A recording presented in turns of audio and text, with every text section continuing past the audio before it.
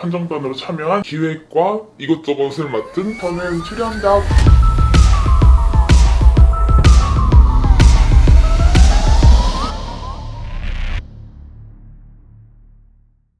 안녕하세요, 이창입니다. 오늘 이렇게 새로운 얼굴들과 함께 4화 리뷰를 시작하게 되었는데요. 아시는 얼굴도 있을 거고 모르시는 얼굴도 있을 것 같아서 한번 자기소개 부탁드립니다. 맨 끝에서부터. 네, 안녕하세요. 저는 이번에 홀리컴뱃2에서 비그리스도 안녕하세요. 저는 이번 홀리컴뱃2에서 평범한 그리스도인으로 판정단으로 참여한 김세란이라고 합니다. 안녕하세요. 홀리컴뱃2에서 기획과 이것저것을 맡은 박채림입니다.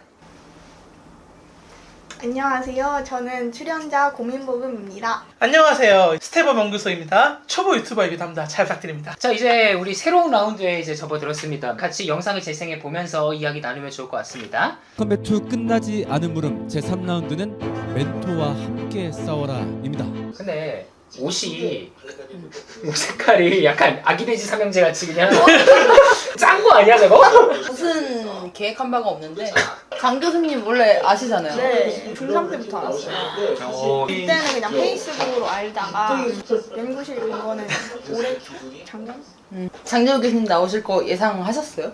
전혀 몰랐어요. 왜냐면 이미 그 온라인에서 한번 하셨는데 두 분이 또 나오실 거는 진짜 상상도 못했어요. 네, 6명의 참가자 중에서 우리 장 교수님의 팀이 되고 싶다 하는 분은 손을 들어주시기 바랍니다. 네, 4명의 사람의 손을 들었고요. 교수님 이렇게 보니까 표정이 많이 놀랐네요. 상당히 4명이나 될 줄 몰랐네.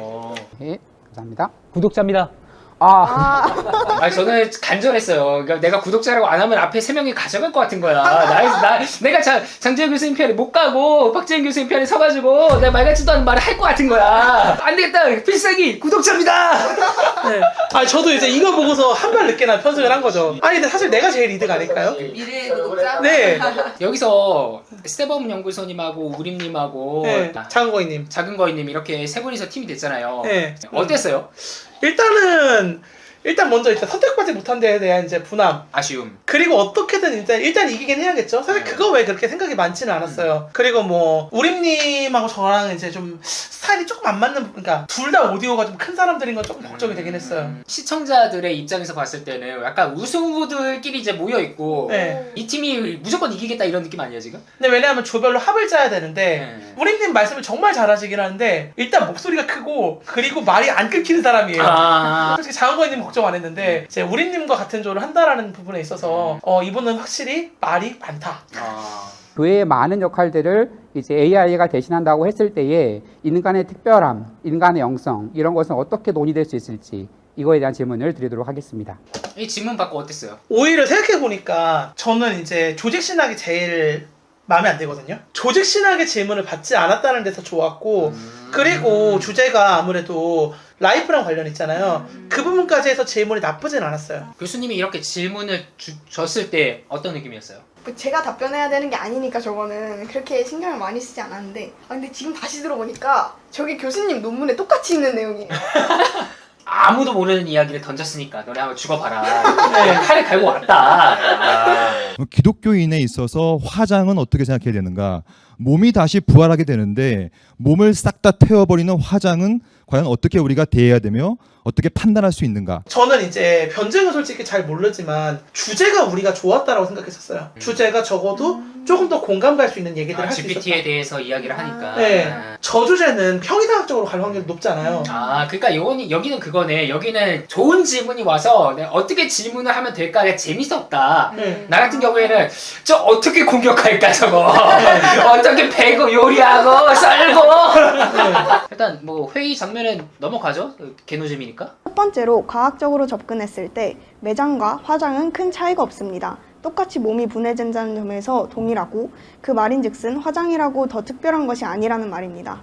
두 번째로는 우리가 성경에서 천국을 새 하늘과 새 땅이라고 이야기하는데요.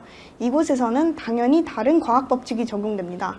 현재 과학은 지금 우리 세계에서만 적용되는 것이며 당연히 다른 우주에 갔을 때는 새로운 과학 법칙이 적용되는 것이 상식적입니다. 현재 세계와는 다른 곳이지만 그곳이 정확히 어떤 과학 법칙으로 설명될 수 있을지 우리는 명확하게 말할 수 없습니다. 만약 그게 우리 인간 이성으로 명확하게 파악될 수 있는 지점이라면 그것은 하나님의 능력을 제한하는 것이 됩니다. 여기까지 딱 듣고 판정단 어땠어요? 고인모님이 얘기했잖아요. 일단 무조건. 근데 고민모금님은 약간 전체적으로 좀 동의를 많이 하는 느낌이 판정단들이 다 있었어서 묻지도 따지도 않고 네. 이거야. 고인모님의 스탠스 자체가 정론이 되게 많아요. 그러니까 반박할 때도 별로 없고 깔끔하고 고등학생이면 조금 더 논란 있는 말을 해도 될 것 같긴 한데 고인모금님 얘기가 진짜 찌를 때가 별로 없어요. 하나님의 나라가 이 땅 가운데 왔다라는 사인이 바로 몸의 부활입니다. 왜 그것이 몸의 부활이 하나님의 나라가 왔다는 사인이냐? 아까도 제가 간단하게 언급을 했었는데요. 하나님께서 정말 공의로우신 분이시고 정말 정의로운 재판관이라고 한다면은 악인과 의인을 갈라셔야 하는 것을 우리가 살펴볼 수가 있습니다. 말 왜 이렇게 빠르지? 숨을 안 쉬고 말하시는데요? 나 왜 이렇게 횡설수설하지? 이렇게 사람들이 이 유대인들이 몸의 부활을 하나님의 나라의 사인으로서 알고 있었다라는 것이죠. 특히 우리가 이 유대인들의 사상을 잘 살펴볼 수 있는 책으로는 마카베오 하 7장에서 발견할 수 있습니다. 논란의 외경. 에피파네스라는 논란의 외경. 무시무시한 왕이 와서 유대인들에게 돼지의 피로 제사를 지내라고 하고요. 근데 이게 내 부분이 사실 너무 긴 부분이라서 네. 조금 그 시간을 절약하기 위해 갈림이 있으니까 여기에. 네. 한 사람씩 죽어가기 시작합니다. 근데 여기서 넷째 아들이 분명하게 얘기를 합니다. 우리의 몸은 하나님께서 마지막 날에 부활하게 하실 것이다. 그런데 너는 부활할 수가 없다. 왜냐? 안티오쿠스 에피파네스는 악한 왕이었기 때문이죠.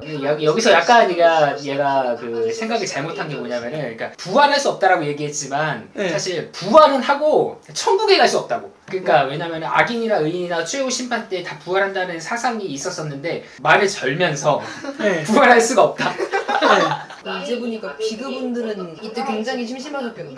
그러니까요. 게다가 말까지 빠르니까 이제 이게 뭔 소린가 하는 생각이 있었겠네요. 잠깐 젊은 내용이 그러니까 몸이 다 훼손돼도 그거 육체가 다 부활할 것이다라는 얘기하고 싶어가지고 그거 갖고 온 건데 빌드업이 너무 길었어. 약간 논문 발표해야 돼. 네, 맞아요. 이건 논문 발표예요. 진짜 좀. 정점이라고 얘기할 장대우 수가 교수님 있겠습니다. 계속 뒤에서 동공지진 하시는데.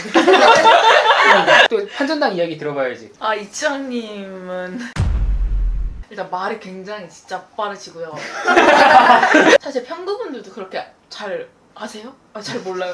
아세요? 잘 몰라요. 약간 이런 느낌이어서 그렇죠. 저희도 약간 처음에는 약간 하다가 점점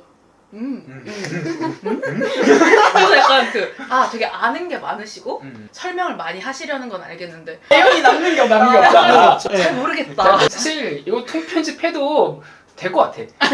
저도 이제 이치영님 말은 못 알아들은 게 좀 많았었어요. 초대교회나 초기 기독교에서 예수님을 믿는다는 이유로 되게 많은 처형을 당했어요. 우리가 매장을 당할지라도 화장을 당할지라도 사실은 우리가 기억하는 게 아니라 하나님이 우리가 가졌던 몸을 기억해 주세요. 확실히 전달이 좋아요. 이게 다 내가 빌드업을 해내가지고 그런 거예요.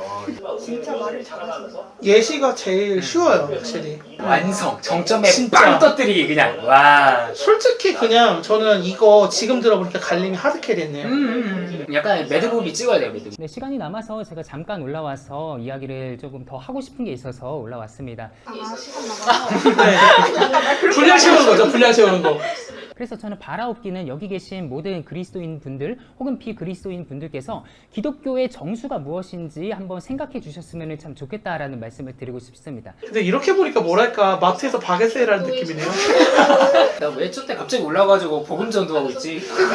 정말 시간이 남아서 들었거든요. 엉클창 없어서 그런가? 그리고 이제 참가자 분들의 시선에서 봤을 때 비그리스도인 네 분이 계시다라는 게 어떤 의미로든 한 번씩은 이제 뭔가를 반응하게 하는 포인트가 되더라고요. 이치환님도 사실은 비슷한 느낌으로 비그리스도인들을 보고서 말을 한 것 같아요. 맞아요. 제가 생각했어요. 딱 네. 들어가고 생각해보니까 비그리스도인 분들 네. 못 알아들으셨겠다 싶어가지고 앞으로 중요해야 된다 이거.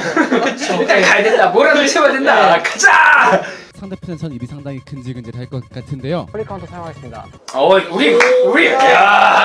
근데 매장이냐 화장이냐가 중요한 문제라는 건 그러니까 단순히 그게 어떻게 될 것이냐를 우리가 의심했기 때문에 이 질문이 던져진 게 아니라 그러니까 우리의 그 사후에 대한 믿음이 장래 방식에 영향을 미친다는 겁니다. 그러니까 예를 들어서 사람이 죽고 나면 다 자연 만물로 돌아가라는 믿음을 가진 사람들은 풍장을 하거나 화장을 해서 그 뼈가루를 물에 뿌리거나 하겠죠.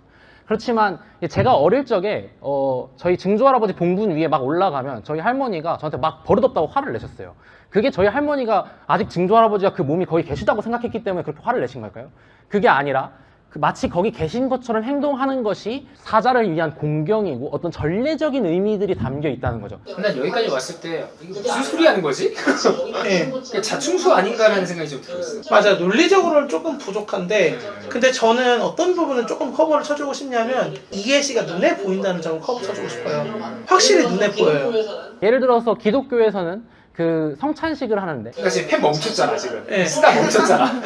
그 고민에 대한 지점에서의 답변이 좀 부족하지 않았나라는 제가 생각이 들어서 그 지점을 꼬집고자 홀리카운터를 신청을 했습니다. 아닌 것 같아. 아닌 것 같아. 저희는 이걸 넘어서서 그래도 그러니까 아닌 것 같아. 홀리 카운터로 맞대응하실 분 있으실까요? 오, 칼. 그러니까 지금 말이 안 되니까 나오잖아. 네. 제가 봤을 때 우리님이 얘기를 하시는 것이 사실 어떤 의도로 얘기하는지 좀 이해가 안 갔어요. 제가 보기에는 그것과는 조금 상관이 없는 것 같고 네. 이건 오해예요. 만장일치들. 네. 이게 우림님의 발언이 갈림이 없었으면 저는 먹혔을 수도 있다고 생각하거든요. 이것들을 현실에서 있을 법한 예시로 바꿔줬다라는 점에서 그리고 우림님의 이제 달란트가 그거기 때문에 그 점을 높이 쳐야 한다고 생각하는데 현실적인 고민도 하면서 이제 교리적인 부분이나 이 논정의 본점을 짚었으니까 자, 혹시 또 홀리 카운터 사용할 분 계실까요? 저는 쓰겠습니다. 좋습니다. 우리 박 교수님의 홀리 카운터 들어보겠습니다. 야, 이 교수님 여기서 교수님이 역홀리 카운터 칠 게 뭐가 있죠? 근데 교수님 발언이 좀 셌어요.